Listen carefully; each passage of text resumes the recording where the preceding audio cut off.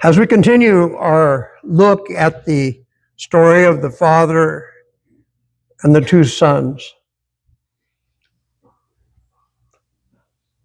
and last time we reflected upon the question, when that son was met in that pathway, is that how God is going to receive me?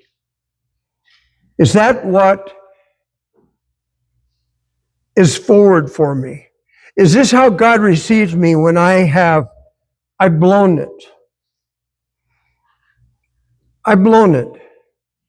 How many times will he receive me? Is this a once forgiven God?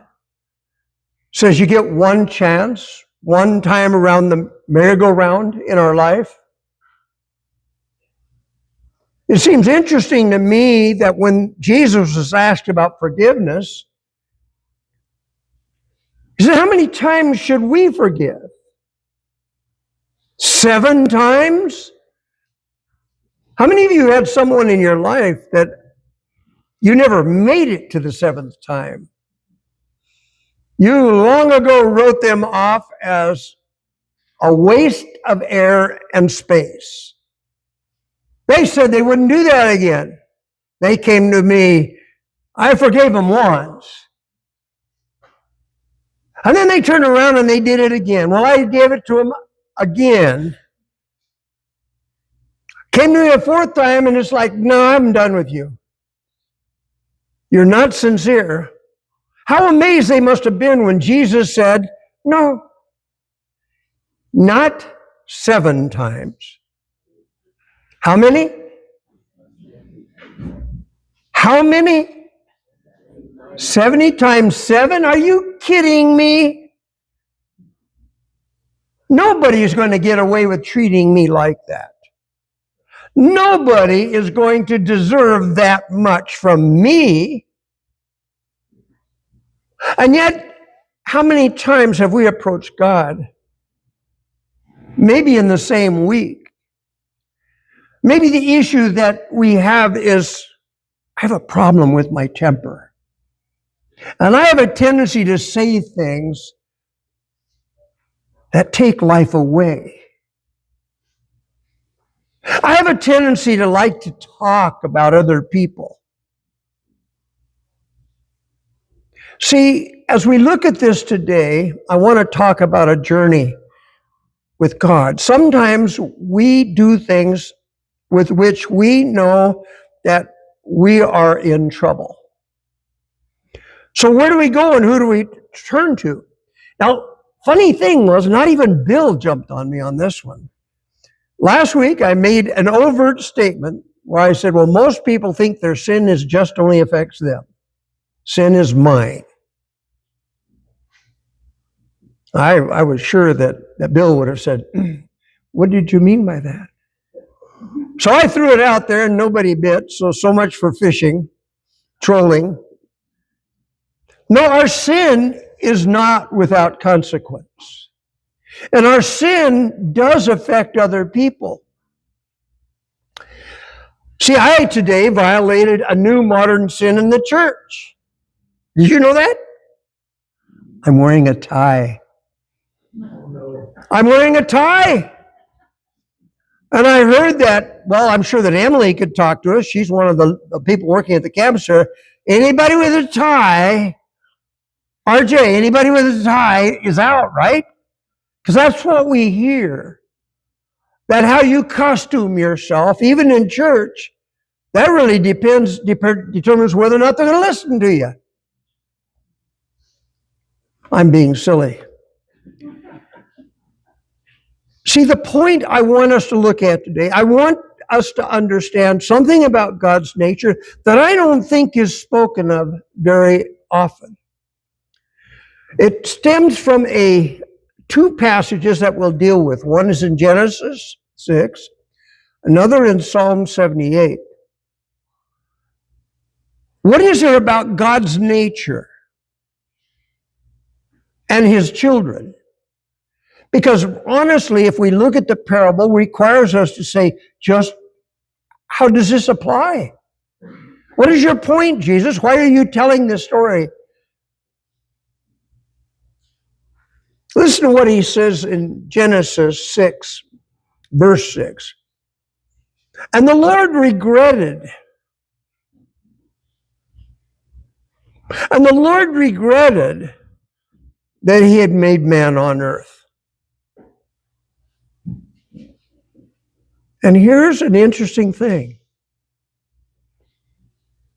Because he was grieved to his heart. Now we know the story. It was Noah, right? So what was going on in the time of Noah? Everybody doing their own thing, enjoying life, just doing their thing. How did God feel about that? How did God feel from the very beginning when Adam and Eve made their choice? Now, some people say, well, you don't believe in that nonsense, do you? Yeah, I do. Very, very, very much. Very much. It grieved him. To imagine that my actions would cause God grief. I'm sensitive to grief right now as I prepare for Dixie's memorial tomorrow. It's times like this where you're kind of drawn into people's grief, the grief that they can't express the words. They don't know what to say. They don't know really what to do. They're just hurting. See, the reality of the story of the Son and the Father. Do you think that when the Son says, give me my inheritance, and he wandered off in the world, are you thinking that that dad didn't feel grief? That the decision that the Son was going to make, do you believe that the Father was not broken-hearted? That he had moments knowing what those decisions could lead to. Will I ever see my son again? Will my people ever return to me again? I think sometimes we treat God only as an angry God. A just God. Someone looking for us to make a mistake so he could just smack us off the table. I've heard an awful lot of Old Testament taught that way. Am I the only one that has heard an awful lot of lessons that somehow or another the whole story wasn't demonstrated? They'll focus in on what he had to do when he spanked his kids. And they'll come back and say, you better be really, really good or God's going to do the same thing to you. I was literally raised so frightened of God. And maybe it was just in my hearing. I don't remember God being spoken of as a compassionate, caring father and dealing with rebellious, broken kids. When I got to college, we had more in some of the Bible classes that were there. So what is there about God's love? In verse 7 of Genesis 6, following verse 6, he was so grieved at the decision that he made and the decision that he was going to have to make. I will blot out man whom I have created from the face of the land, man and animals and creeping things and birds of the heaven, for in the Hebrew, I am sorry that I have made them. So if you think there wasn't consequence that affected God to make such a drastic decision, you don't know much about the nature of God.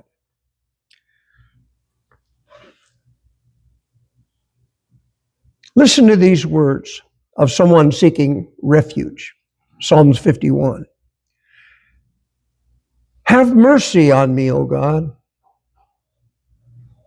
Have mercy on me, O God, according to your steadfast love, according to your abundant mercy. Please blot out my transgressions. Verse 3, I know my transgressions. I know I slander. I know I gossip. I know I look down on people. I know that I'm arrogant and I'm prideful. I know that I'm self-centered. See, it's one thing to admit that, then it's another thing to acknowledge what do I do with it when I know that. Are we like this person? Verse 3, I know my transgressions. And my sin is ever before me. And against you, and you alone, have I sinned and done what is evil in your sight. You will be justified in your words, and you will be blameless in your judgment. When you and I break our Father's heart,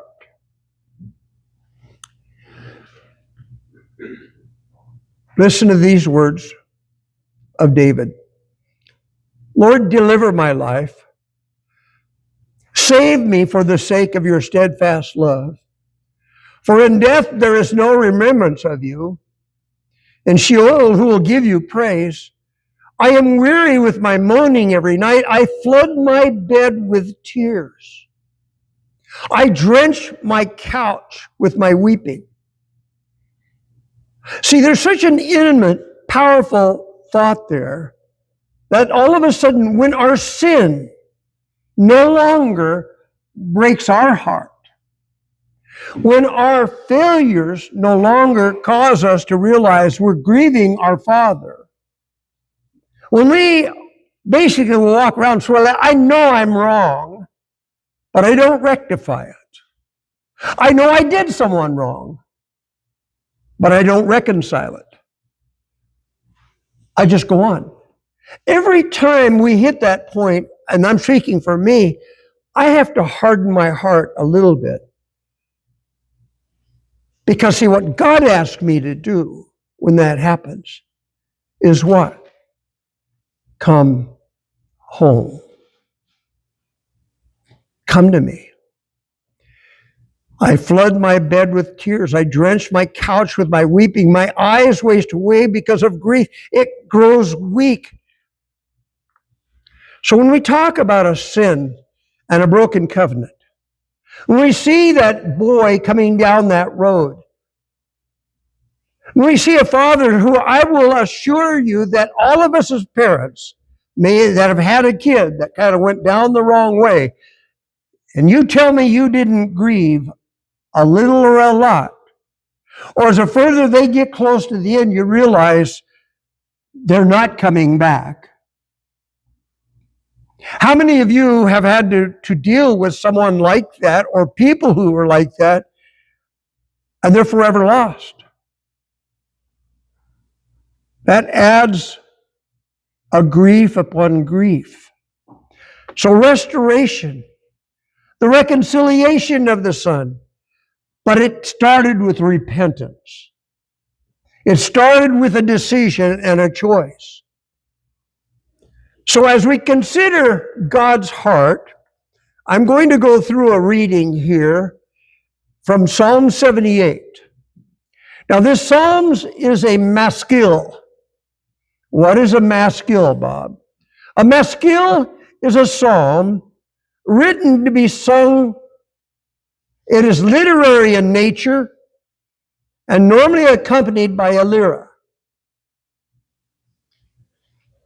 Now I learned that small element when I looked at the direction of the apostles for us to speak to one another in hymns, spiritual songs, and psalms. And I asked myself, why 3 ways that we can do this? So I had to look this up, and I learned about this thing called a maskil. But listen to the journey of a father and his children, and see as we lay the template of the parable of the father and the two sons. Because I believe Jesus was taking those people, those Jews that were hearing this, and he was not only speaking to them, and as we look at it here in 2026, he was telling them something about the God who is the God of his people. They were his people who had gone astray. Verse 1, he asked this first. Listen, he says, give ear. Pay attention, my people, to this teaching. Incline your ear to the words of the mouth. I'm going to open my mouth in a parable. I'm going to utter a dark sayings from of old. These are things that all of us in this room who have been studying and been in Scripture, we have heard, and this is something we know. We know what it's going to be speaking about, and we also know the nature of God. So whoever the person is that leads this, whenever they did this, they started with this. Verse 4, we will not hide them from the children, but we will tell the coming generation the glorious deeds of the Lord, his might, and the wonders that he has done. Our faith, brothers and sisters, is an ancient faith. Our roots came from the desert. Our roots came from the nomadic people. Our history began with the Jewish people. Because we are of the people of God, and they were of the people of God. And so as a result, we've been asked and admonished to always look back as we share forth the things that were there. Because they are a forecaster of the things to come. The old covenant must be remembered, and the teachings of it with his people must be taught. How many fathers in this room have dedicated themselves to just speak to their son or daughter about God and his people? Just tell the story of God and his people. That's what he's saying to do. Tell it to your children. But somehow or another, we made a split somewhere and we said, well, we're in the new covenant, all that's dead. I do not believe that. I believe the story of God and his people starts in Genesis and ends in Revelation and at the end of this earth. All of it is one story. All of it has one purpose, though we are in a covenant with Christ. So, listen, I'll do this quickly. He established a testimony in Jacob, and he appointed a law in Israel.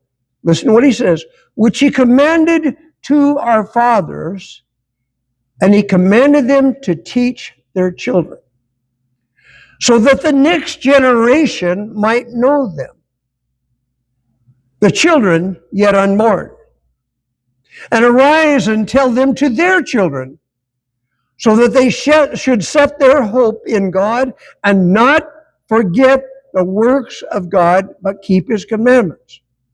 Here we are. Here's the struggle. Verse 8. And that they should not be like their fathers.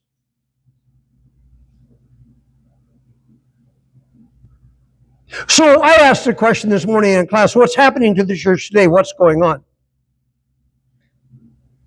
What has happened to Christendom in the last 50, 60 years? What was it like when I was a kid, coming out of the Second World War in the early days, when everybody was seeing a bomb coming on and we were under our desks at school? What was the church doing? Anybody remember that? Anybody remember a thing called Jewel Miller? Okay, we say, well, that's old times. No, the point was, Jewel Miller was an attempt by that generation to tell the story of Jesus. Somehow or another, we grew away from having that need. And they didn't just teach it at the church building. Any of you involved in neighborhood meetings like I was as a kid? My mom took me to all of them while my dad was a raging drunk falling on his face. Now, I didn't realize the significance of it, but the church was committed to telling the story of Jesus. What happened? What happened, Bill, during that time? The church grew and many people were saved. The church grew and grew and grew. Not because of the culture, but because the church was doing the first order of the calling, which is what? Seek and save the lost. When you're brought to Christ, hopefully somebody, when they explain this to you, what the operation is with God, is that, okay, you get baptized, but he has some expectations. He will save you. You found him. He will guide you, but he has some expectations of his children. So I have taken it upon myself to look back at the lens of time and say, what has happened? I believe that we stopped sharing and telling the story of Jesus as a family, to our neighbors, to our friends, to the people seeking answers. You don't have to beat them to death with an NASB in one hand and a King James in the other. Tell the story. Speak to the generations. And what is he asking them to do? Tell the story of God. They should not be like their fathers, which was a stubborn and rebellious generation, a generation whose heart was not steadfast, whose spirit was not faithful to God. Do you realize what you're asking me to do, Bob? Do you realize how busy my life is? Why I'm in this club. I'm a member of the Kiwanis. I'm a part of the Rotary. I'm in the local knitting group. I've got this stuff doing. I'm working with this club. I'm doing this. Do you realize what you're asking me to do? Or as Dale said this morning, you're asking me to make a 10-year commitment? When Jesus says, I'll save you, are you willing to give a lifelong commitment? That was the actual question, isn't it? So the Ephraimites, armed with the bow, they turned back on the day of battle. They did not keep God's covenant, but they refused to walk according to his law. They forgot his works and wonders that he had shown them. Do you realize how many miracles are sitting in the midst of us here? Do you realize that there are people that's lives were so lost and so broken, so dark, and we're sitting amongst people who have found God? That's worth sharing, I think. Look at this heathen standing before you here.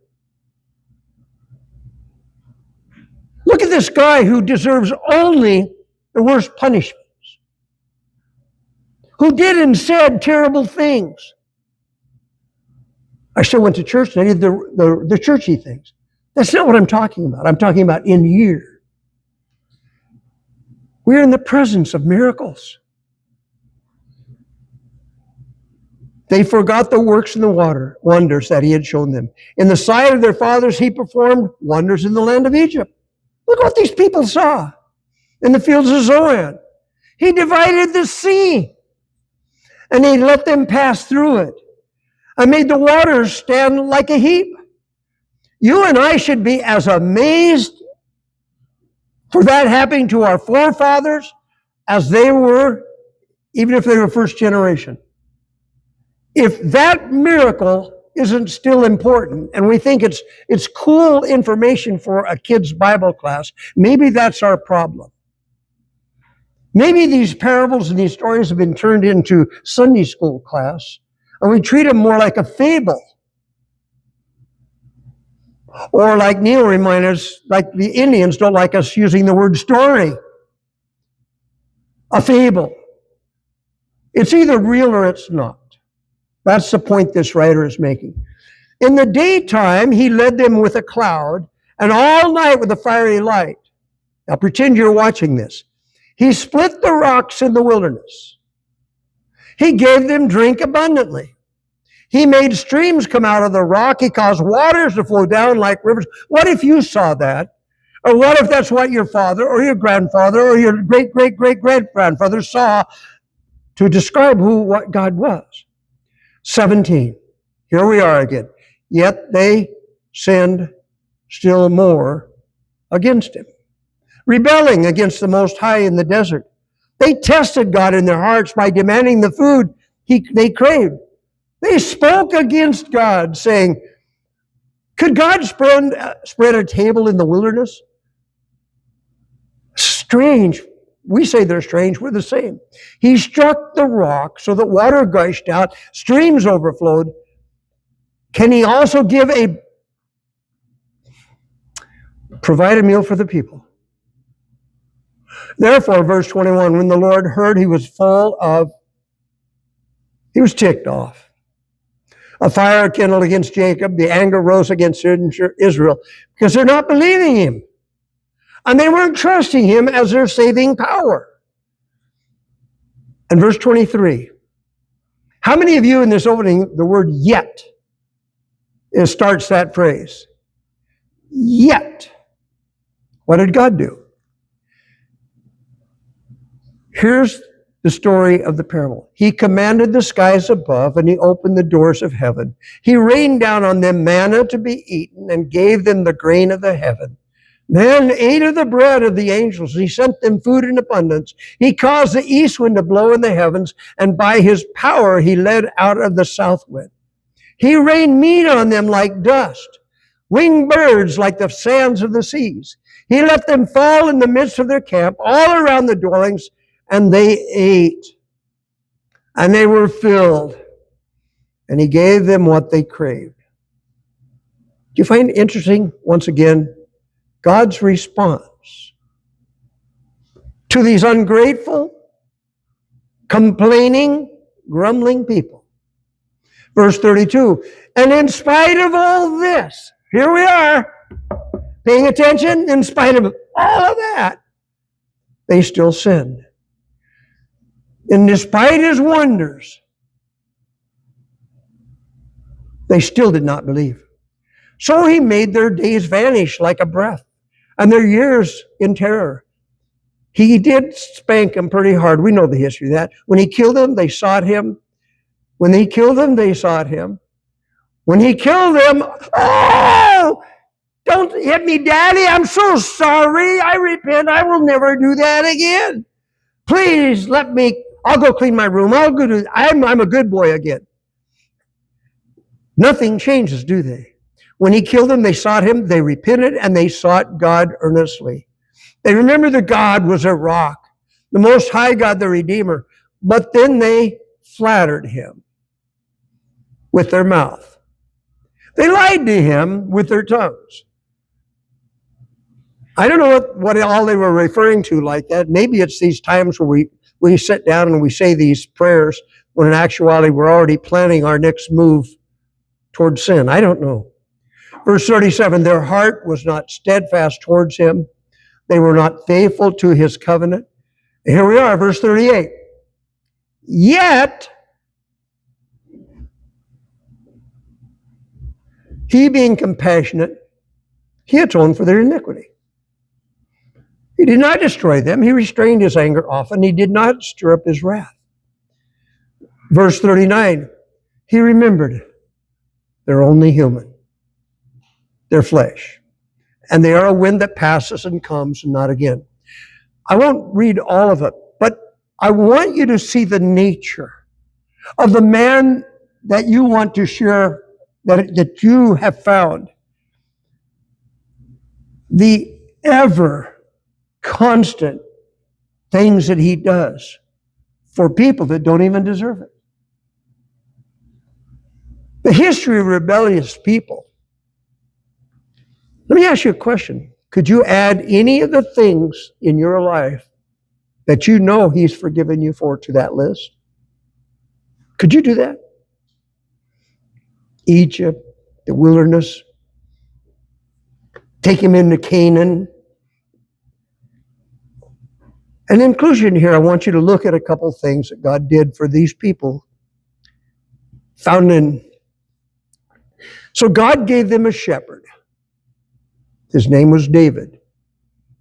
He built a sanctuary like the heavens, like the earth, which he has founded forever.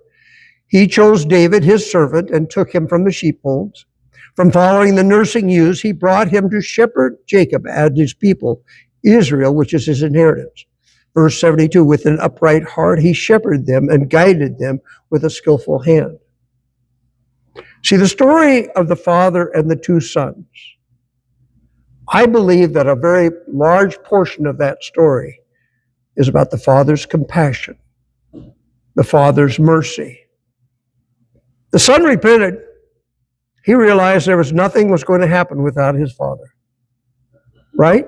That's why he's on that pathway. But we see in the father a father of compassion, mercy, forgiveness, provision, strength, and always comfort. See, we are the ones who've been redeemed. Isn't that true? We, the church. None of us have deserved what we've been given, any more than the history of the children of Israel. God has wanted a relationship, yes or no. So he gave them a shepherd named David. And God gives us a man named Jesus. He chose Peter to share and care for his sheep. He's given us a man named Bill, a guy named Dale, a guy named Matt, a guy named Chris, a guy named Marcus, a woman named Gail, Kara, Ernestine, Ella. He's given us, and he wants us to give to others. God calls us to take care of one another in his name. And any people who tries to make the story of God about us, may I say this? Shame on us. Shame on us. The story of the prodigal sons and the blessings of the Father, that's our heritage. That's who we are here to worship. That's who Bob shared songs with, to sing to him, to bring worship to him and give honor to him. So when we think of God and how far he is willing to go, how gracious he is, why are we so reluctant to repent? To admit before one another, I'm not as cool as I think I am. That at the end of the day, I look at all you men, your knee will bow and my knee will bow to give an answer for my life. Yes or no? You're not saved as a church. You're not saved as a collective. Next week, as Chris brings us a discussion about a shepherd and his children, followed by a lesson from Dale, a shepherd and his grandchildren, and then a lesson from our master teacher. Yeah, I know. As a shepherd in God's church. The lesson is yours. Thank you for being here. Let's stand and sing.